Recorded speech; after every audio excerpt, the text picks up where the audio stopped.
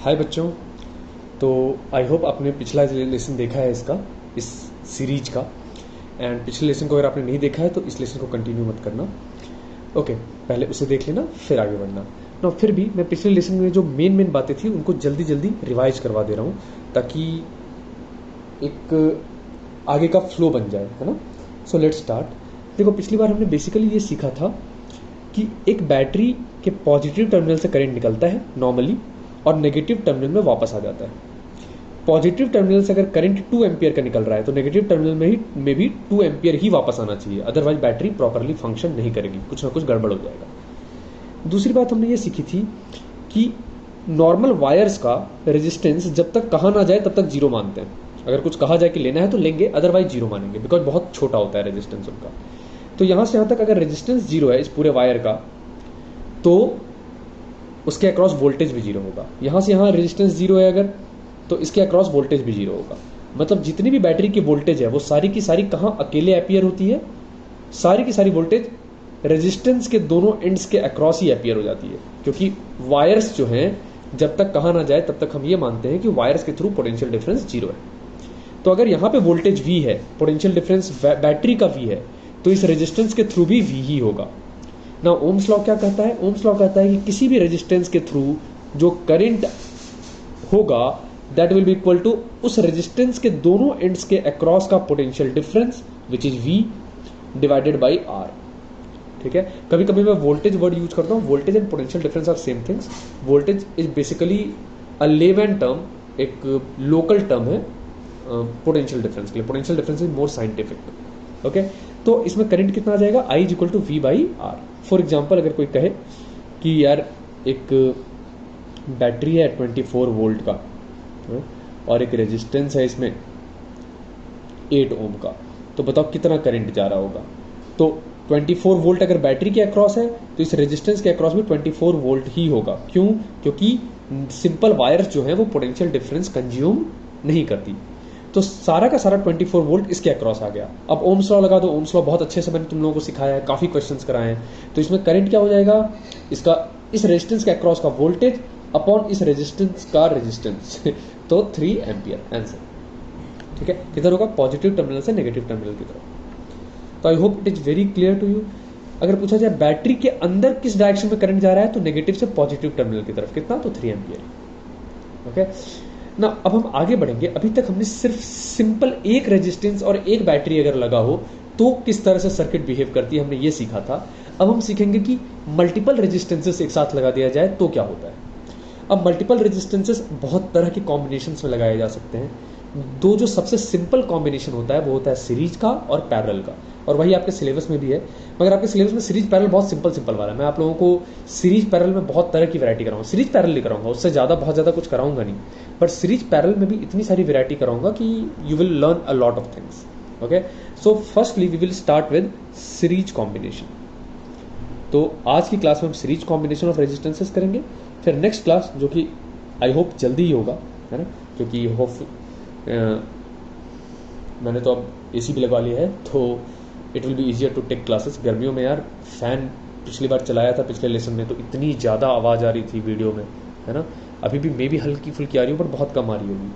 तो इसी वजह से मैंने बहुत दिनों से वीडियोज़ अपलोड नहीं किए थे, क्योंकि उतनी ज़्यादा बैकग्राउंड नॉइज होती है तो अच्छा नहीं लगता, है ना।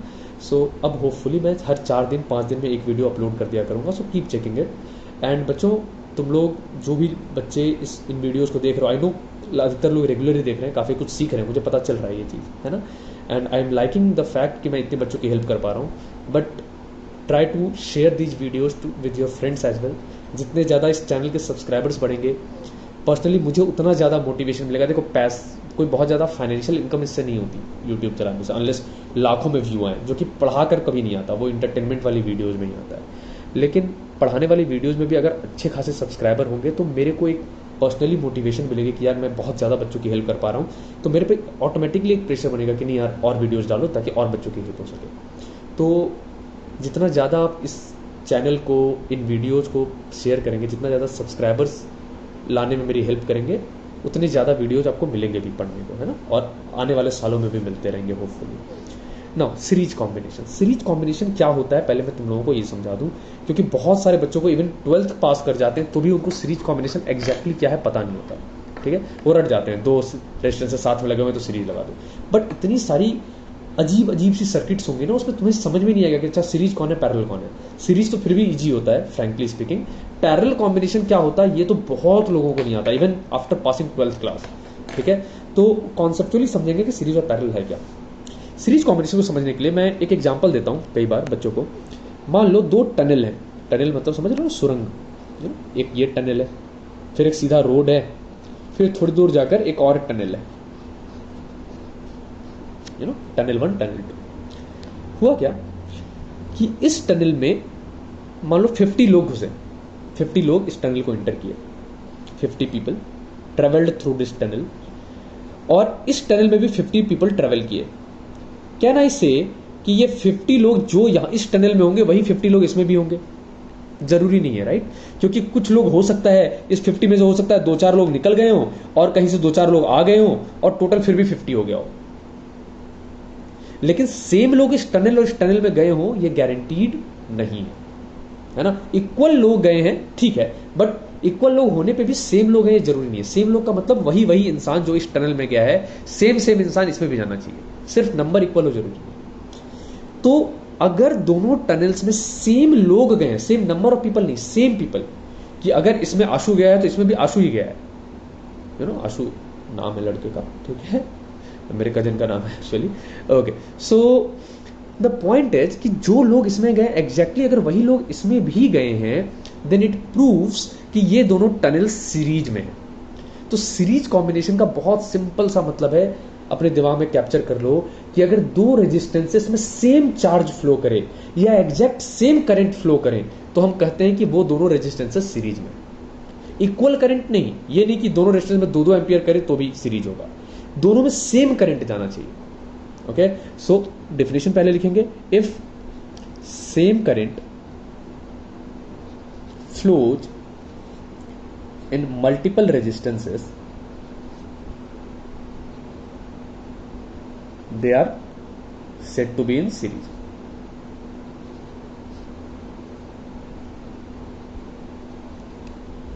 ठीक है, सिंपल डेफिनेशन क्लियर कर देता हूं मैं। अगर मान लो एक रेजिस्टेंस है, हाँ R1, इसके थ्रू बच्चों गया 2 एम्पियर करंट, आगे है एक R2, इधर कोई भी ब्रांचिंग वगैरह नहीं है, मतलब कोई भी वायर इधर से निकल नहीं रही, कोई वायर इधर से आ नहीं रही, सिंपल प्लेन सर्किट। अगर इसमें 2 एम्पियर करंट जा रहा है, याद करो किरचॉफ्स करंट लॉ पढ़ा है ना हमने, कि किसी भी पॉइंट पे टोटल जितना करंट आता है उतना ही करंट जाता है। तो इस पॉइंट पे टोटल इधर से करंट आ कितना रहा है 2 एम्पियर, तो जाना भी कितना चाहिए 2 एम्पियर, और वो 2 एम्पियर सिर्फ इसी के थ्रू जा सकता है क्योंकि कोई और रास्ता है क्या जाने के लिए? नहीं। अगर होता कि इधर से भी एक वायर लगी हुई है तो हो सकता था कि 2 एम्पियर का आधा इधर चला जाए, इधर 1.5 ही जाए, मगर जब तक दोनों रेजिस्टेंसेस बिल्कुल सीधे हैं, बीच में कोई वायरिंग और नहीं है, ब्रांचेज और नहीं है, तो पक्का है कि जो करंट इस रेजिस्टेंस में जा रहा होगा वही करंट इस रेजिस्टेंस से भी जाएगा, क्योंकि किरचॉफ्स करंट लॉ है ना। आई होप 3rd या 4th लेसन तो हमारा पढ़ा होगा सबने।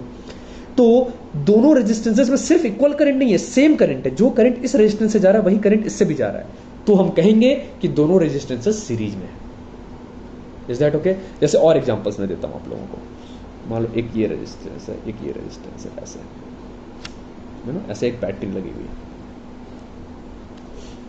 ठीक है। अभी पैरेलल की बात नहीं करेंगे, जिन बच्चों को आता है बहुत अच्छी बात है, मैं सिर्फ सीरीज समझा रहा हूं। देखो, जो करंट इससे जाए वही करंट इसमें जाए जरूरी नहीं है, क्योंकि यहां पे ब्रांचेज और भी खुले हुए हैं, राइट। बट जो करंट इस रेजिस्टेंस से जाएगा उसको इससे भी जाना ही पड़ेगा, क्योंकि और कोई ऑप्शन ही नहीं है। देखो, अगर मान लो इस रेजिस्टेंस से 2 एम्पियर करंट जा रहा है तो इस पॉइंट पे आया कितना 2, तो यहां से जाना भी कितना चाहिए 2, कोई और रास्ता ही नहीं है, कहीं और ब्रांचिंग ही नहीं है, कहीं और करंट जा ही नहीं सकता। तो अगर इस रेजिस्टेंस से आई करंट आ रहा है तो इससे भी पक्का है कि आई ही आएगा। इसका मतलब ये रेजिस्टेंस और ये रेजिस्टेंस किस में हो गए? सीरीज में हो गए, ठीक है। So this definition will make everything very easy. Now अब रेजिस्टेंस सीरीज कॉम्बिनेशन का हम इक्विवेलेंट रेजिस्टेंस निकालना सीखेंगे, प्रूफ भी देखेंगे, क्योंकि प्रूफ स्कूल के एग्जाम्स के लिए इंपॉर्टेंट हो सकते हैं। ओके, मान लो बच्चों 2 रेजिस्टेंसेस हैं सीरीज में, क्लियर है कि ये दोनों सीरीज में, तो हम बेसिकली इन दोनों का एक इक्विवेलेंट रेजिस्टेंस निकाल रहे हैं। नाउ इक्विवेलेंट का मतलब क्या है मैं तुम लोगों को थोड़ा क्लियर कर दूं। क्योंकि बहुत सारे बच्चों को मैंने देखा 12 तक आ जाते हैं और इक्विवेलेंट रेजिस्टेंस का मतलब भी क्लियर नहीं होता, बस फॉर्मूला रट जाते हैं कि R equivalent is equal to R1 plus R2, R equivalent is equal to R1 R2 by R1 plus R2, जो भी फॉर्मूले होते हैं वो रट जाते हैं, बट क्या मतलब होता है नहीं क्लियर होता। जैसे मान लो कि दो लोग हैं, है ना, एंड दोनों जो है वो ईंटें लगाने का काम कर रहे हैं, घर बन रही है, घर का एक बिल्डिंग कंस्ट्रक्ट हो रही है और उसमें वो ब्रिक्स ले करने का, ईंटें लगाने का काम कर रहे हैं। तो एक बंदा 1000 ईंटें लगाता है रोज एक दिन में, और एक बंदा 800 ईंटें लगाता है। अगर मैं उन दोनों को हटा दूं और एक ऐसा बंदा ले आऊं जो ज्यादा स्ट्रांग हो, ज्यादा मेहनती हो या ज्यादा एफिशिएंट हो, और वो अकेले 1800 ईंटें लगा दे, तो मैं ये कह सकता हूं कि भाई इन दोनों लोगों का काम वो बंदा अकेले कर दे रहा है, तो वो अकेला बंदा इन दोनों का इक्विवेलेंट है। सिमिलरली अगर इन दो रेजिस्टेंसेस को हटाकर मैं एक अकेला रेजिस्टेंस लगा दूं सर्किट में एक सिंगल रेजिस्टेंस लगा दूं, ऐसा कि सेम बैटरी से सेम करंट आए, मतलब ओवरऑल काम सेम हो, जितना करंट ये दोनों रेजिस्टेंसेस मिलकर खींच रहे थे इस बैटरी से, उतना ही करंट ये अकेला रेजिस्टेंस इसी बैटरी से खींच ले, सेम बैटरी मतलब सेम पोटेंशियल डिफरेंस और सेम करंट हो, तो उस अकेले रेजिस्टेंस को जिसने अकेले ही इन दोनों को रिप्लेस कर दिया, उसको हम कहेंगे कि वो इक्विवेलेंट रेजिस्टेंस है, आर इक्विवेलेंट। ओके, तो आर इक्विवेलेंट का क्या मतलब है कि इन दोनों को अकेला किस रेजिस्टेंस से रिप्लेस कर दिया जाए कि सेम वोल्टेज के लिए करंट भी सेम हो, that is what it means. Okay, now solve करते हैं। देखो बच्चों, अगर इसमें करंट आई है तो इसमें भी आई, इस रेजिस्टेंस में भी आई, क्योंकि सीरीज का मतलब ही है कि करंट सेम होगा। इस रेजिस्टेंस के अक्रॉस वोल्टेज हो जाएगा मान लो V1, इस रेजिस्टेंस के अक्रॉस मान लो वोल्टेज है V2। तो बाई ओम्स लॉ, थोड़ा मैं अच्छे से लिख दे रहा हूं क्योंकि स्कूल में प्रूफ आता है, by Ohm's law for R1 resistance के लिए ओम्स लॉ लगाओ तो जरा। ओम्स लॉ क्या कहता है? V equal to IR। तो इस रेजिस्टेंस का V1 will be equal to उसका I इंटू उसका R1। फॉर R2 इसके लिए हो जाएगा V2 is equal to I into R2, correct. And देखो वायर्स तो कुछ खाती नहीं है वोल्टेज, वायर्स जो है वो कुछ भी पोटेंशियल डिफरेंस नहीं खाती, तो ये जो पूरा V है उसको कौन कौन मिलकर खा रहे हैं? ये R1 खा रहा है, ये R2 खा रहा है, मतलब V1 plus V2 equal to क्या है? V। फॉर एग्जाम्पल अगर मान लो ये 10 वोल्ट है तो हो सकता है ये 6 खा रहा हो, ये 4 खा रहा हो, क्योंकि वायर्स कुछ नहीं खा रही, ये हम मान कर चल रहे हैं। तो V इज इक्वल टू क्या है बच्चों? V1 plus V2। Now V is equal to V1 plus V2, so V is equal to, ये दोनों पुट करो, IR1 plus IR2 which is V is equal to IR1 plus R2, simple. और अगर हम equivalent वाले circuit में देखें तो हम क्या लिख सकते हैं इसके लिए? V is equal to I अकेला resistance R equivalent.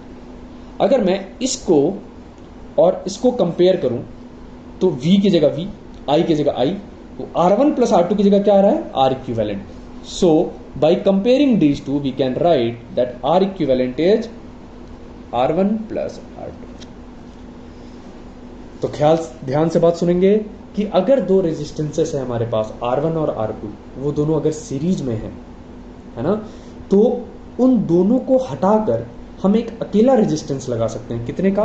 R1 plus R2 का, ताकि सेम पोटेंशियल डिफरेंस के लिए, सेम वोल्टेज के लिए करंट भी सेम आए, और जो करंट इस R इक्विवेलेंट में फ्लो करेगा वही करंट इस R1 में भी फ्लो कर रहा है, वही करंट इस R2 में भी फ्लो कर रहा है, और जितना वोल्टेज ये दोनों मिलकर खा रहे हैं उतना ये R इक्विवेलेंट अकेले खा जा रहा है।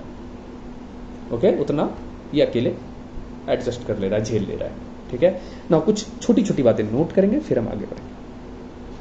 पहली बात जो बहुत सिंपल है कि अगर 3 रेजिस्टेंसेस हो, for more than 2 resistances, for more than 2 resistors, R equivalent जो है वो R1 प्लस R2, मान लो तीसरा रेजिस्टेंस सीरीज में तो R3, चौथा रेजिस्टेंस सीरीज में R4, ऐसा चलता रहता है, कोई बिग डील नहीं, ठीक है। दूसरा भी काफी इजी है, वो ये है कि मान लो तुम्हें बोला गया 5 रजिस्टर दिए कि भाई तुम्हें 10 ओम के मैंने 5 रेजिस्टेंसेस दिए, उनको किसी भी तरह से सेट करो और ऐसे सेट करो कि मैक्सिमम इक्विवेलेंट रेजिस्टेंस आए। तो तभी पूछा जाए मैक्सिमम इक्विवेलेंट रेजिस्टेंस कब आ सकता है? तो वो तब आता है जब सभी सीरीज में हो। सीरीज के अलावा जितने भी कॉम्बिनेशन है, पैरेलल है, सीरीज पैरेलल का मिक्सचर है, स्टार डेल्टा है, बहुत सारे तुम पढ़ोगे जब सीनियर क्लासेस में जाओगे। सीरीज के अलावा बाकी सब में आर इक्विवेलेंट इससे कम ही होगा, है ना। So series combination gives us maximum possible R equivalent, ठीक है, ये क्लियर है होपफुली। नाउ तीसरी बात, इन सीरीज कॉम्बिनेशन सभी रेजिस्टेंसेस का क्या सेम रहता है बच्चों, करंट या वोल्टेज? करंट, क्योंकि डिफिनेशन यही है। तो अगर सीरीज कॉम्बिनेशन है, मान लो 3 रेजिस्टेंसेस का, R1, R2 और R3, है ना, तीनों में करंट सेम है। मान लो इसके अक्रॉस वोल्टेज V1 है, इसके अक्रॉस वोल्टेज V2 है और इसके अक्रॉस वोल्टेज V3 है। तो we know by Ohm's law V equal to IR है ना, सभी के लिए I इज सेम, सबके लिए सेम फॉर ऑल, है ना। तो जब सबका करंट सेम है, मतलब अगर R डबल है तो VB डबल, R ट्रिपल है तो VB ट्रिपल, मतलब कि V किसके प्रोपोर्शनल आ गया बेसिकली बच्चों, R के। V is proportional to R, which means कि अगर R1 R2 का डबल होगा तो V1 भी V2 का डबल होगा, है ना। V1 by V2 is equal to R1 by R2, या V1 by V3 is equal to R1 by R3। क्यों? क्योंकि करंट सेम है। तो करंट सेम, रेजिस्टेंस डबल तो वोल्टेज भी double, current same, resistance triple तो वोल्टेज भी triple. तो voltage is basically proportional to resistance in series combination. Is that clear? चौथी बात जो कि इंपॉर्टेंट है,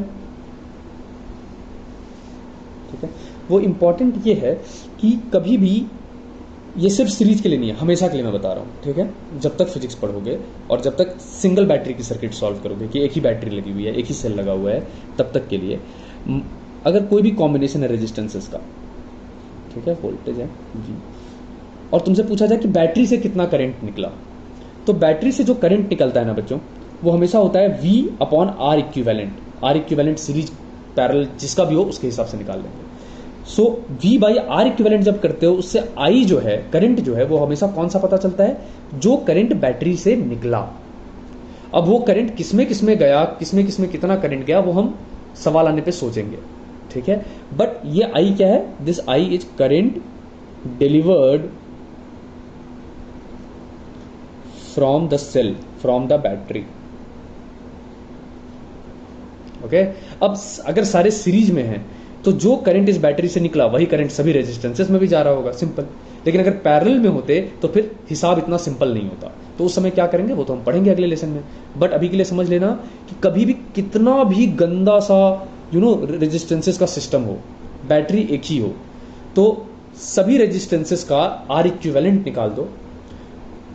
अब एक सिंगल रेजिस्टेंस मिल गया तुम्हें, एक सिंगल रेजिस्टेंस मिल गया, सिंगल बैटरी मिल गई, तो बैटरी से कितना करंट निकला होगा हमेशा, I is equal to V upon R equivalent. बस वही मैं बता रहा था, I is equal to V upon R equivalent, that will be the current जो बैटरी से निकला। अब वो करंट कहां कहां गया वो हमें सोचना है, डिपेंडिंग ऑन द कॉम्बिनेशन। जैसे सीरीज में जो बैटरी से करंट निकला है वही सब में जा रहा होगा, क्योंकि कोई और ऑप्शन ही नहीं है। जो करंट इससे निकला वो ऐसे जा रहा है, जा रहा है, जा रहा है, उसके पास कोई और रास्ता मिल रहा है नहीं, सिर्फ एक ही रोड मिल रही है जाने के लिए, तो उसी रोड से जाएगा, है ना, ठीक है। अब तुम किसी रास्ते में ट्रेवल कर रहे हो, मान लो ऐसे ट्रेवल करो, अब तुम्हें 2 रोड मिलेगी, तब ना तुम चूज करोगे कि यार इस रोड पे जाऊं या इस रोड पे जाऊं।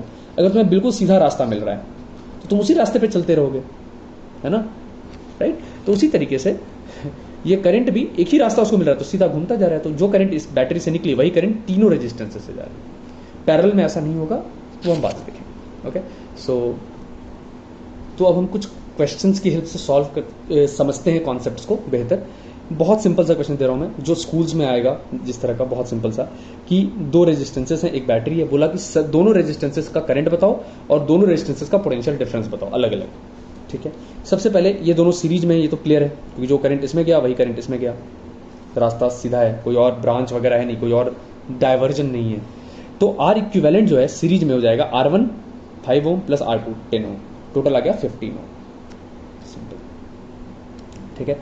अब करंट फ्रॉम द बैटरी अगर I निकली तो I will be equal to V by R equivalent, तो V 45 बाई आर इक्विवेलेंट 15, है ना, तो ये आ गया 3 एम्पियर।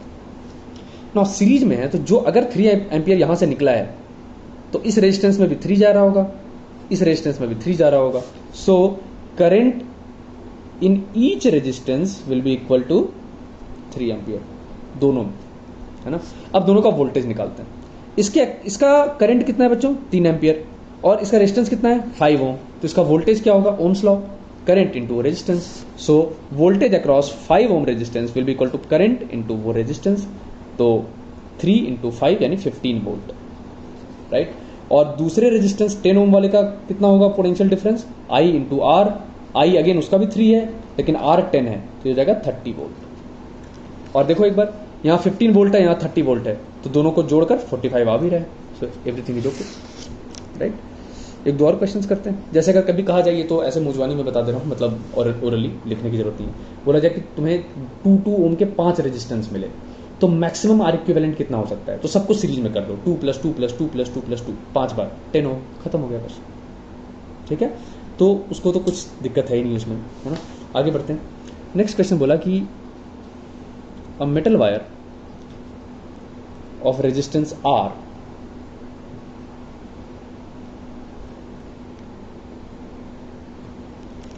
ठीक है, या मेटल बार लिख लो, metal bar of resistance R is cut into 2 parts as shown. ये मेटल की बार है, इसके रेजिस्टेंस R है, और इसको ऐसे ऐसे काट दिया, ऐसे कट किया, ठीक है, as shown. Those 2 parts are then connected in series. इन दोनों को काट के सीरीज में लगा दिया। Find new R equivalent. Simple, ठीक है।